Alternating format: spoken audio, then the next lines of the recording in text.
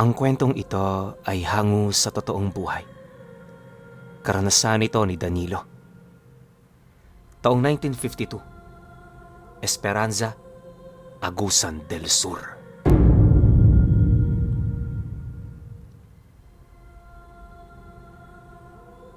May tuturing na isang liblib na lugar noon ang Esperanza. Hindi man sa pananakot pero pinangingilagan talaga yon ng mga taong nakakaalam ng lugar. Maliban kasi sa dami ng usap-usapan, may mangilan-ngilan ding tao ang nakapagpatunay na maraming ang naninirahan doong mga aswang. Hindi naglaon, napilitan na ang mga taga roon na itago ang lugar kung saan sila naninirahan. Kapag dumayo kasi sila sa mga karatig bayan at nalaman ng mga itong taga-Esperanza sila, hindi sila nito bibilhan ng kahit ano. Ang ganoong dahilan ang nag-udyok sa ilang pamilyang naninirahan doon na umalis na. Nauunawaan naman yon nila Danilo, lalo pat maging sila man, aminadong totoo nga ang mga usaping kumakalat sa kanilang lugar. Di man sa pagmamayabang pero isa sa 3 pamilyang kakilala nila, merong dugo ng mga aswang. Mababait naman ang mga ito. Katunayan, may mga pagkakataong nakakaaway na rin nila ang mga pamilyang yon. Pero dahil sa wala sa dugo nito ang pananalo ng mga kababaryo, hindi sila nito ginagalaw. Hanggat buhay pa ang gabunang namumuno rito, katakatakot na parusa ang kahaharapin ng isang aswang sa oras na sinira niya ang isa sa mga batas na matagal nang umiikot sa kanilang lahi at pamilya. Kung hindi nagkakamali noon sila Danilo, lahi ng mga abwak ang mga aswang na naninirahan doon. May ilan din namang mga bangkilan pero bilang lang ng mga daliri ang pamilya ng mga ito. Marahil ay nagtataka kayo kung bakit nagtagal sa lugar na yon ang angka nila Danilo. Ayon sa kanya, makailang beses na rin nilang sinubukang umalis sa lugar na yon pero hindi sila pinahihintulutan ng mga aswang na nakakakilala sa kanila. Ang iniiwasan kasi ng mga ito ay baka kung ano ang mangyari sa tatay niya. Noong bata pa siya, naging palaisipan na para sa kanya kung bakit malapit yung kaibigan ng namamahala sa lahi ng mga abwak. Sa sobrang lapit ng mga ito, araw-araw yung bumibisita sa kanilang tahanan. Palagi rin yung may dalang gulay at iilang mga prutas na nakukuha nito sa gubat. Di naman noon nagtaka si Danilo kung ano namamagitan sa dalawa. Pero habang tumatanda siya, tila bang naghahanap na siya ng kasagutan ukol sa bagay na yon. Hindi naglaon. Pagtungtong niya sa tamang edad, dito na siya nagsimulang magtanong sa kanilang padre de pamilya. Akala nga niya noon, hindi na masasagutan ang katanungan niyang yon. Pero pagtungtong ng 19 niyang kaarawan, doon na nagtapat ang tatay niya ukol sa pinakatago-tago nitong sikreto. Habang nagsasaya noon ang kanyang mga kaibigan, bigla naman niyang napansin ang palihim nitong pagsenyas sa kanya. Pagsilay naman niya rito, dali-dali naman siya roong lumapit dahil sa isip-isip niya, meron itong pasorpresang regalo. Ngunit nang magkaharap na sila, inabisuhan siya nitong sumunod. Tahimik lang namang sumang-ayon itong si Danilo hanggang sa marating na nila ang silid ng mga magulang niya. Pagbukas naman ito ng pinto, agad namang tumambad ang pinuno ng mga abwak na kanina pa roong naghihintay. Kilala ang taong yon sa tawag na Burog, ang sinasabing pinakamalupit na abwak. Ayon kay Danilo, kapag nakita ng ordinaryong tao itong si Burog, talaga namang pangingilabutan ka kaagad. Nasisiguro niya yon, gawa ng maging siya man, hindi nawawala ang takot niya rito. Isipin niyo na lang, matangkad yung tao, tapos mataba ang pangangatawan nito. Itim din ang kulay ng balat, tapos marami yung pilat sa katawan. Tuwing hapon makikita mo yung nagtatadtad ng karne sa labas ng bahay nito, na ayon sa kanyang ama, mga karne yon ng tao. Dahil sa ganoong kwento, lumaki siyang may takot kay Burog. At hindi lang yon pinuno, napapansin din niyang walang katandaan ng taong yon.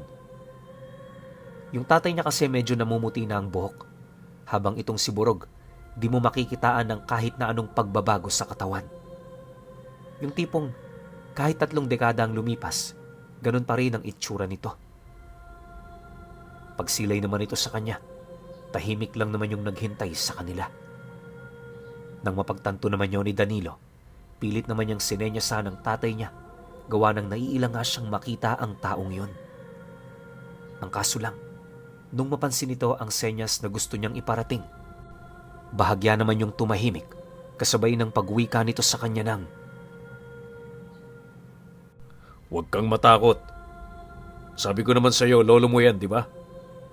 Makikipag-usap lang si lolo mo Burog sa'yo. Meron lang kaming mga bagay na gustong linawin. Tumatanda ka na, anak. Panahon na siguro para malaman mo na rin ang totoo."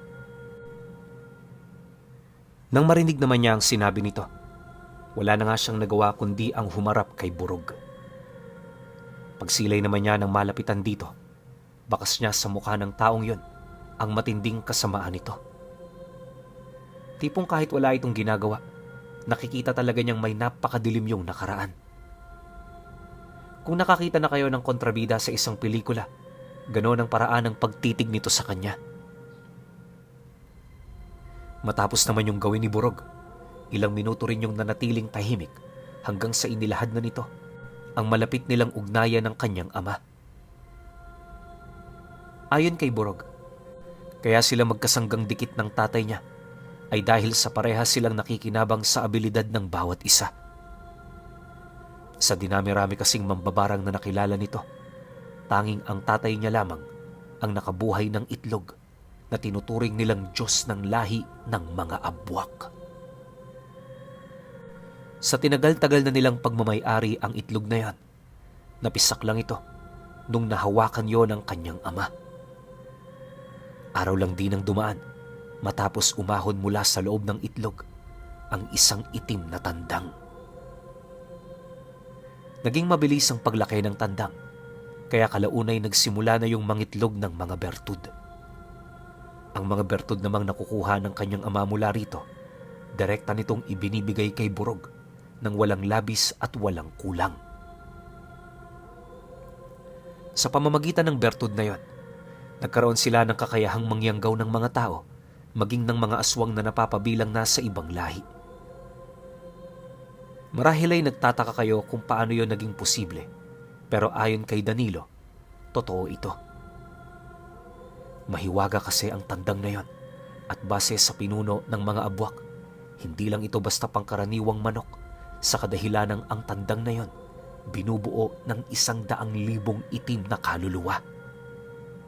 Nanananahan yon sa loob ng buhay na laman ng tandang, kung saan pinamumunuan naman ito nung kaluluwang nabibilang sa unang usbong ng lahi nila. Sa katagalan, nag-isa ang itim na kaluluwa at nung sinaunang lahi ng abwak. Ang pangyayaring yon ang naging daan upang maging posible ang pangingitlog nito ng bertud. Wala ring kamatayan ng tandang na yon, puwera na lang kumpas langin ito ng albularyo. Madali lang din yung mamatay, kaya sa abot ng kanilang makakaya, itinatago nila ito sa isang ligtas na lugar. Nang marinig naman niya ang tungkol dito, di naman niya maiwasang mapaisip, gawa ng papaano nakumbinsi ng mga ito ang kanyang ama. Kung iisipin kasi, isa lang silang ordinaryong pamilya, kaya malabong magkaroon sila ng ugnayan sa mga ito. Dahil sa ganoong kaisipan, sumagi rin sa kanya na baka likas na ring may lahing abwak ang pamilya ng tatay niya.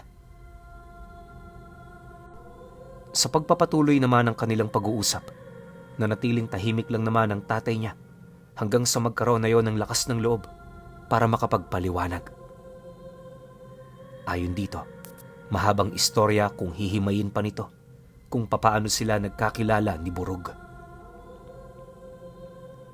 Bastang nabanggit lang ng tatay niya noon sa kanya, malapit silang magkababata, kaya hindi niya yun mapahindian sa mga naging alok nito. Marahil ay mali man yun sa paningin ni Danilo, pero para sa kanya yon ang tamang gawin. Dahil sa naging sagot nito, iniwasan na niyang makipagtalo. Alam niya kasing hindi sila magkakasundo, lalo pat magkaiba sila ng pinaniniwalaan. Ilang minuto pa ang lumipas nang masabi na nito sa kanya ang lahat-lahat. Direkta namang ipinagtapat ng kanyang ama ang dahilan ng pag-amin nito ng katotohanan yon. Anak, hindi ko to sinasabi para malaman mo lang.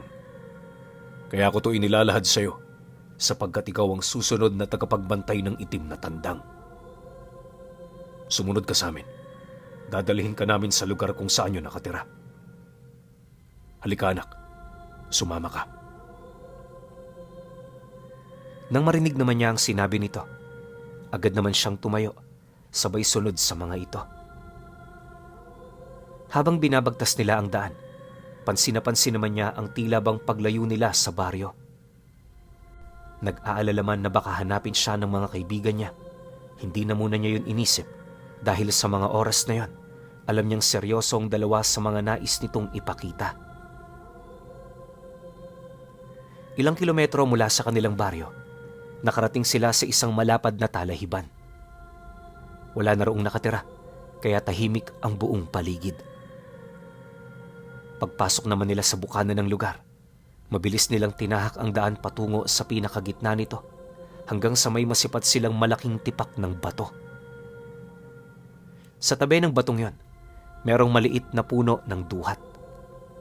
Napakasukal din ng paligid na parang madalang lang ito kung mapuntahan.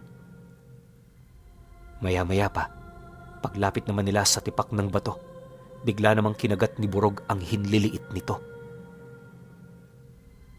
Ang dugong umagos dito, ipinahid niya sa bato hanggang sa mapansin niyang dahan-dahan na yung umuusog. Sa isang iglap, tumambad sa kanya ang malawak na silid sa loob ng batong yon. Pagpasok naman nila rito, agad namang sinindihan ng kanyang ama ang mga sulo hanggang sa lumiwanag na ang buong paligid. Di pa man sila nakakalapit sa unahan nitong bahagi, kapansin-pansin na para sa kanya ang mga damit na nagkalat sa lugar na yon. Hindi naglaon, may nasipat na rin siyang mga kalansay ng tao na siya namang ikinagulat niya. Akmang atras na sana noon si Danilo, pero agad naman siyang hinawakan ng kanyang ama, sabay paliwanag ukol sa kanyang mga nakikita. Ayon dito, wala siyang dapat na ikatakot dahil patay na ang mga taong yon. Parte yon ng pagkain ng tandang para makagawa ito ng mga bertud. Dagdag pa nito na ang mga taong pinapakain nila rito ay pawang mga masasama, kaya naniniwala itong nagbebenepisyo rin dito ang mga bayang pinagkukunan nila ng mga taong yon. Nang marinig naman ni Danilo ang sinabi ng tatay niya, wala naman siyang nagawa kundi ang maniwala. Sino ba naman ang hindi maniniwala sa sasabihin ng ama, hindi ba? Nabanggit din ito sa kanya. Mapanganib ang tandang na naninirahan doon, pero wala siyang dapat na ipag-alala dahil nasa ilalim yon ng kanilang kontrol. Makalipas pa ang ilang minuto, laking gulat na lamang ni Danilo nang makarinig siya ng isang malakas na tilaok. Sinabayan din niyo ng maihinang pagyanig sa lupa na parang ang naninirahang nilalang doon may hindi pangkaraniwang laki. Kahit papaano di rin gaanong nasisindak noon si Danilo, gawa ng kasama niya ang tatay niya. Ang kaso lang, pagpakita ng tandang na hinahanap nila, di naman niya maiwasang makaramdam ng matinding kilabot. Ang inakala niya kasing maliit na hayop, demonyo pala sa laki. Hindi yun kagaya ng mga pangkaraniwang tandang dahil magkasing laki na yon ng nakatayong aso. Mahaba rin ang tuka nito, tapos ang dila nito palaging nakalaylay sa labas. Itim na itim din ang nilalang na yon, tapos wala itong gaanong balahibo sa may bandang leeg. Matatalas at mahaba rin ng mga kuko nito na parabang kayang-kaya nitong dumurog ng bungo ng tao. Pagharap naman ng tandang sa kanila, Agad naman niyang nasilayan sa tuka nito ang bungo ng taong kinakain nito. Napansin din niya ang mga pulang bagay mula sa pinagpupugaran nito na base sa kanyang ama, yon ang bertud ng mga abwak. Matapos naman niyang masilayan ang bagay na yan, kitang-kita niya kung papaano ito sambahin ni Burog. Mahal na mahal nito ang tandang na animoy totoo niya yung anak. Walang patig din ito sa pag-awit para lamang mapasaya ang nilalang na nagbibigay ng kapangyarihan sa lahi nila. Yung tatay naman niya, walang pandidiring pinaghihila, yung mga labing may laman pa. Kalahating oras pa ang dumaan, muling bumukas ang lagusang kanilang dinaanan at kasabay nito ang pagpasok ng mga malalaking baboy ramo na may hila-hilang sako. Pagdating naman ng 5 nilalang sa kanilang kinaroroonan, agad naman yung nagpalit anyo bilang tao. Dali-dali rin itong binuksan ng mga dala nitong sako kung saan doon tumambad sa kanila ang mga kalunos-lunos na taong dinukot ng mga ito. Tata Burog, nandito na ho ang pagkain ng tandang. Pasensya na at medyo nahuli kami. Medyo na-alarma kasi ang mga albularyo sa bayan. Pero huwag kayong mag-alala. Nalusutan namin silang lahat. Wika ng isa sa mga nilalang na yon. Pagkalahad naman ito ng mga katagang yon, agad naman itong ibinalibag sa lupa ang taong kinalalagyan nito ng tali. Pagsilay naman itong medyo nahilo yon sa kanyang ginawa, dali-dali naman niya yung tinapon papalapit sa itim na tandang. Nang masipat naman yon ng nilalang, walang patid naman niya itong pinagtututuka hanggang sa kalaunay magkanda butas-butas na ang mismong katawan nito. Yung biktima pinipilit pa talagang lumaban pero wala na rin yung nagawa. Sa sobrang lakas kasi ng tandang, bawat atake nito sa kanya, nagdudulot yon ng malubhang pinsala. Hindi niya rin kayang salagi ng tuka nito, lalo pat may matulis yung dulo. Maya-maya pa, nang mapatay na yon ng tandang, agad namang tumungo ang mga abwak sa kinaroroonan ng pugad nito. Maingat nilang kinuha ang mga bertud na siya namang ipinasok nito sa kanilang mga bibig para itago. Yung mga biktima namang hindi nito nakain, ikinulong ng mga abwak sa mismong pugad ng tandang. Nang masipat naman yun ni Danilo, labis-labis na awa ang kanyang naramdaman habang pinagmamasdan ng mga ito. Gusto niyang tulungan ng mga taong yon, pero ano naman ang magagawa niya? Hindi niya kayang kontrahin ang tatay niya, lalong-lalo na ang pinuno ng mga abwak na mula pagkabata nagbibigay na ng takot sa kanyang kaluluwa. Matapos naman niya itong masaksihan, agad naman silang umalis ng lugar. Bago sila tuluyang bumalik sa kanilang tahanan, dinaanan muna nila ang bahay ni Burog upang ipakita sa kanya ang proseso nito ng pagpasa ng bertud. Ayon kay Danilo, simple lang ang mga kondisyon para gawing abwak ang isang tao. Maliban sa pagdarasal dito ng 8 araw, kinakailangan din yung tatakan sa noo ng tatak ng demonyo. Pag nawala na ang wisyo ng taong yan, tsaka pa lamang nila ipapasok ang ritual ng ikalawang pagsilang. Ang mga tao kasing sapilitang ginawang abwak, kinakailangan munang sunugin ang parte ng kaluluwa nilang naroon ang kanilang kamalayan. Kapag nawala na ito, kahit anong bertud pwede na nilang ipasok dito. Magiging alipin din sa simula ang biktimang yon, pero habang tumatagal, kikilalanin na ito ng kanilang komunidad. Bibigyan niyo ng panibagong pangalan at magkakaroon din ito ng bagong personalidad. Matapos namang malaman ni Danilo ang lahat ng yan, nagsilbi itong bangungot para sa kanya. Pagkatapos ng kanyang kaarawan, pakiramdam niya panibagong tao na rin siya. Hindi na siya madaling nabibigyan ng kasiyahan ng mga simpleng bagay, kaya nang dumating ang araw na hindi na niya maatim ang ganoong pangyayari, nagpasya siyang isumbong ang kanyang ama sa mga albularyong makakadaupang palad niya. Noong una, medyo malabo pa yun sa kanya. Kasi sa baryo nila, matagal nang walang albularyo. Hindi rin siya basta-bastang makakatungo sa mga karatig lugar, lalo na kung walang matibay na dahilan. Sa paglipas pa ng mga araw, labis nang nababahala noon si Danilo na baka hindi na mabago ang ganoon niyang tadhana.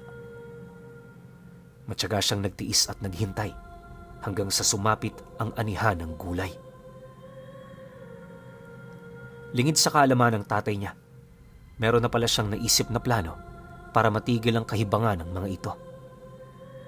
Halos ilang araw ding pinagtiis ang magtrabaho ni Danilo sa bukid para lamang makuha ang tiwala nito.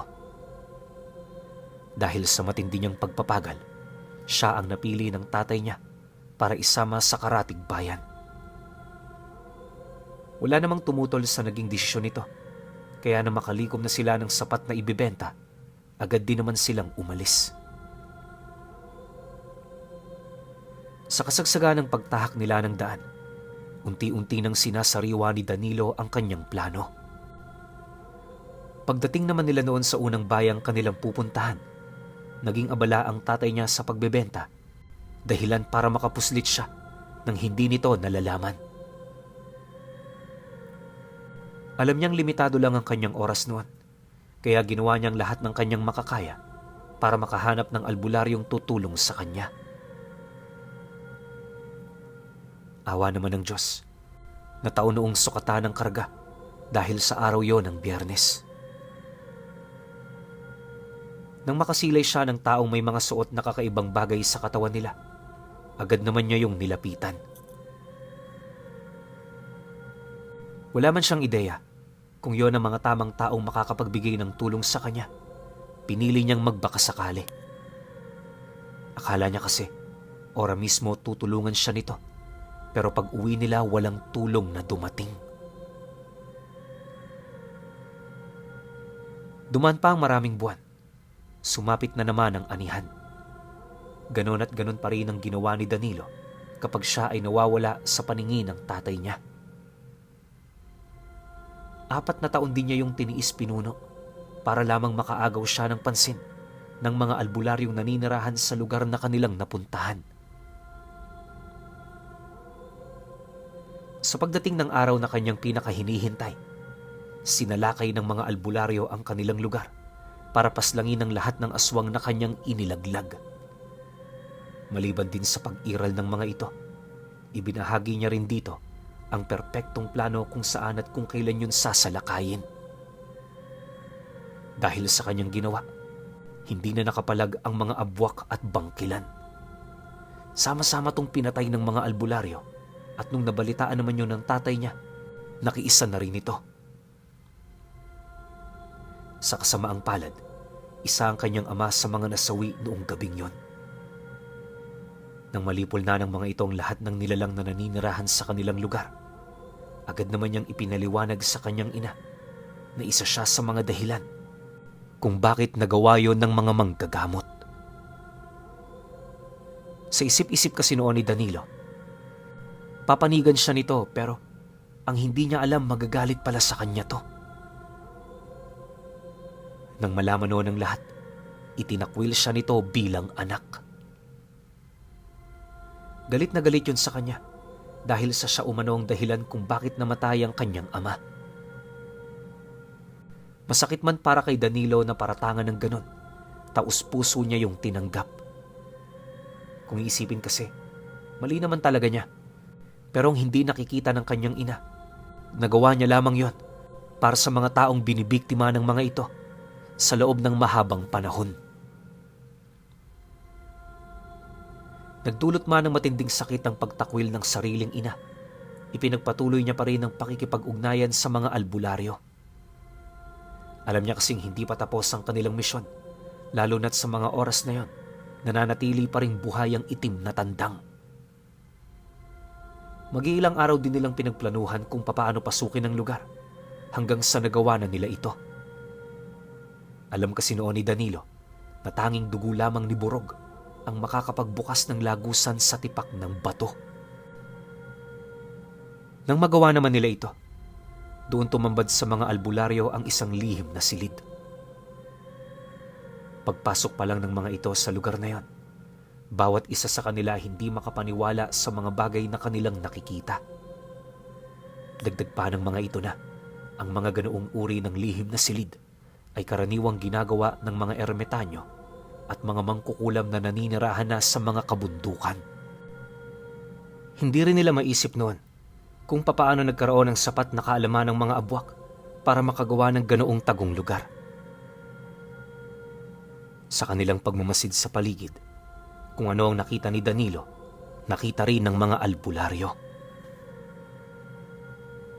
Habang papalapit sila sa pugad ng tandang, unti-unti namang yumayakap sa kanila ang baho ng mga labing naaagnas.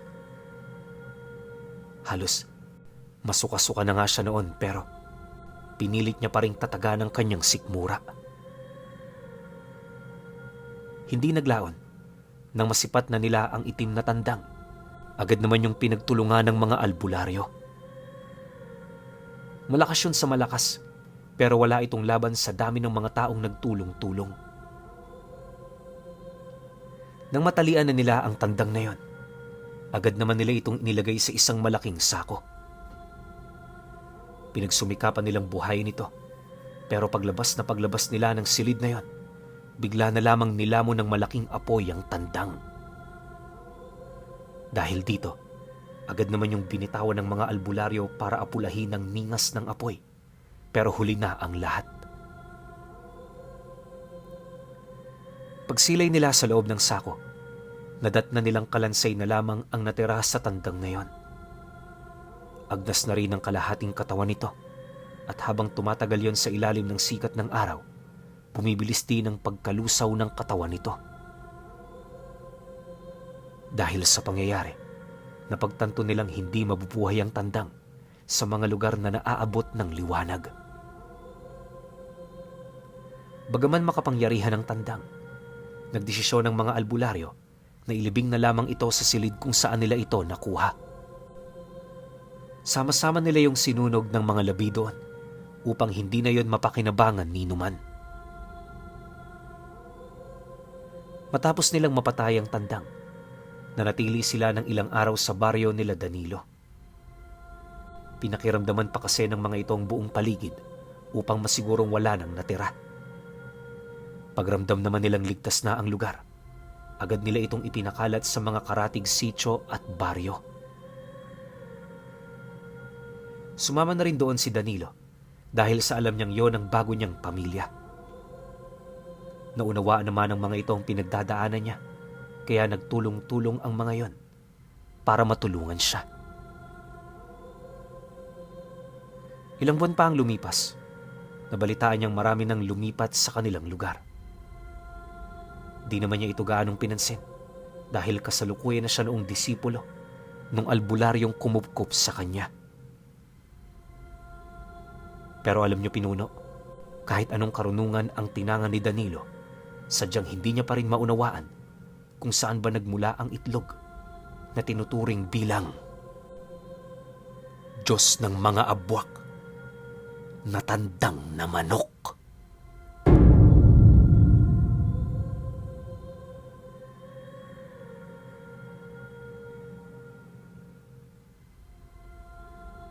Okay.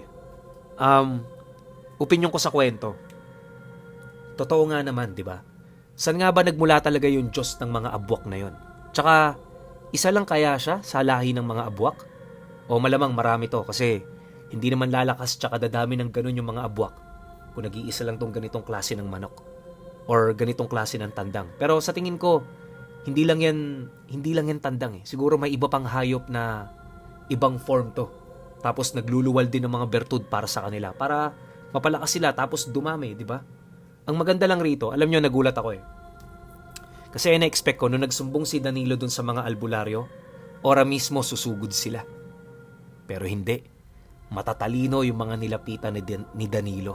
Siguro ginawa ng mga to, pinag-aralan yung bawat galaw ng mga abwak tsaka yung isa pang lahi ng aswang na nandoon. Tapos nung alam na nila yung bawat galaw, Mga tamang gamit naman yung prenepera nila. Kita ninyo? Isang lusob lang. Tapos kaagad. Diba? Alam nyo, parang marami tayong ganitong klase ng kwento rito eh. Yung matatalinong albularyo tsaka mga antingero na hindi basta-bastang sumusuong sa digmaan. Pinaghahandaan nila bago sila lumusob. Kita nyo yung resulta. Napakagaling.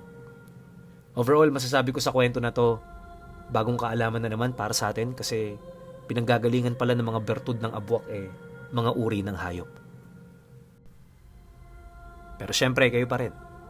Kung may opinion kayo sa kwentong ito, comment nyo lang sa baba. Yun lang. Hanggang sa susunod na kwento. Salamat.